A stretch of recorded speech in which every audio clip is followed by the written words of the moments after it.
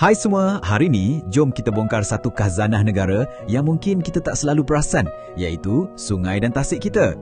Ia bukan sekadar air yang mengalir tau. Cuba fikir sekejap, apa agaknya akan jadi pada hidup kita kalau semua sumber ni tiba-tiba hilang?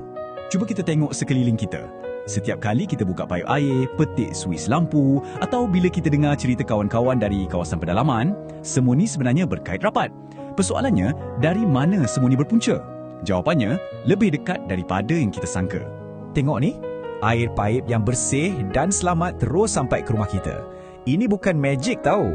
Ini adalah hasil daripada logik-logik rawatan air yang bekerja keras membersihkan air mentah dari sungai untuk kegunaan kita berjuta-juta orang setiap hari. Sama juga macam tenaga elektrik. Satu petikan suis je boleh terang satu bandar. Kuasa yang hebat ni dijana daripada kekuatan alam melalui apa yang kita panggil tenaga hidroelektrik yang datangnya daripada aliran sungai yang deras. Dan dekat sesetengah tempat, terutamanya di Sabah dan Sarawak, sungai ini bukan setakat laluan air. Ia adalah lebuh raya utama mereka. Disebabkan hutan tebal dan tak banyak jalan raya, sungailah yang jadi nadi perhubungan yang menyambungkan satu kampung ke kampung yang lain. Dan sudah tentulah, ia juga jadi macam taman permainan semula jadi untuk kita. Mesti anda pun pernah berkelah tepi air terjun atau pergi memancing dekat tasik kan? Semua ni, daripada air minuman sampailah ke tempat kita beriadah, semuanya datang dari sumber yang sama. Baiklah, jom kita selami topik ni dengan lebih dalam lagi.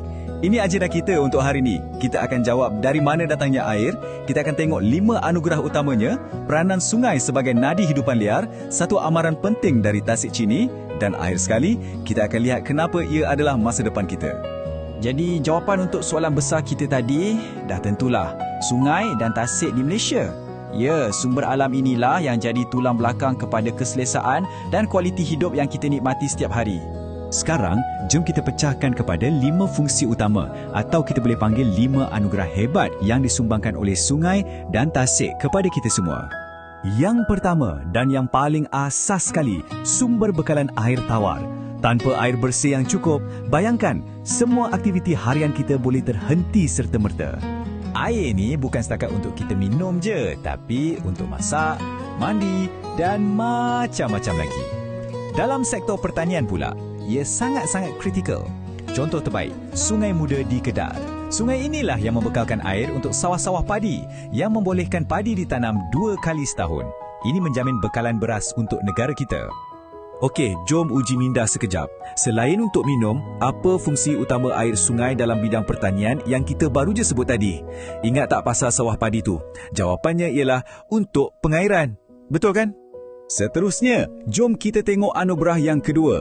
Sungai kita ni bukan setakat paip air semula jadi. Ia juga sebenarnya sebuah stesen jana kuasa gergasi. Power kan? Nampak tak peta ni? Di lokasi-lokasi strategik macam Empangan Kenyir, Temenggur dan Murum, kita bina empangan besar untuk takung air sungai. Bila air ni dilepaskan dengan laju, ia akan pusingkan turbin gergasi dan dari situlah, boom! Tenaga elektrik bersih dijana untuk satu Malaysia. Sungai juga adalah lebuh raya pertama di Malaysia. Sejak zaman berzaman lagi, ia jadi laluan utama untuk pedagang dan penjelajah. Dan sampai hari ini, peranannya masih sangat penting, terutamanya di kawasan pedalaman Sabah dan Sarawak. Nak tahu contoh paling jelas? Sungai Rajang, sungai terpanjang kat Malaysia. Ia ibarat talian hayat yang menghubungkan komuniti pedalaman macam di Kapit dengan dunia luar. Bukan setakat bawa orang, tapi barang-barang berat macam kayu balak dan barang keperluan harian pun lalu ikut sini. Jangan lupa, sungai dan tasik ni juga macam dapur semula jadi kita. Ia bukan sahaja bagi kita makanan yang berkhasiat, malah ia juga membuka peluang pekerjaan kepada ramai orang. Macam-macam ikan air tawar yang sedap ada. Contohnya tilapia, patin dan ikan kelah yang mahal tu. Ada yang ditangkap liar, ada yang diternak dalam sangkar. Aktiviti ini bukan je bagi kita sumber protein, tapi ia jadi punca rezeki utama untuk komuniti nelayan darat. Dan yang terakhir dalam senarai anugerah ni, sungai dan tasik adalah permata pelancongan negara. Ia jadi tempat untuk kita healing, berseronok dan menghargai keindahan alam. Dari aktiviti lasak macam water rafting di Sungai Kulu, Sabah, sampailah ke aktiviti santai macam naik river cruise di Sungai Melaka, semua tempat ni adalah khazanah yang menarik pelancong dan pada masa yang sama menjana ekonomi tempatan. Okey, kita dah tengok semua kepentingan untuk kita sebagai manusia. Tapi, sungai dan tasik ni bukan untuk kita seorang je. Ekosistem ni sebenarnya adalah rumah yang sangat kaya dengan pelbagai hidupan lain. Ia adalah nadi kepada kehidupan liar. Contohnya, Tasik Chini di Pahang yang diiktiraf sebagai tapak rizat biosfera oleh UNESCO. Ini maksudnya, ia adalah kawasan simpanan alam semula jadi yang sangat unik dan penting di mata dunia.